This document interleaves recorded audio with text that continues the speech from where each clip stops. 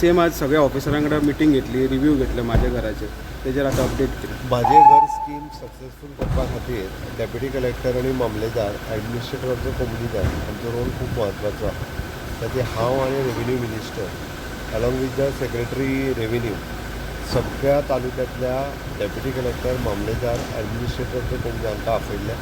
तांकां पुराय स्कीम आमी समजून सांगल्या, पुराय फॉर्मेटान कशें एप्लाय करप आनी कशें दिवप हाज्या सयत इतके डिटेलान केलां.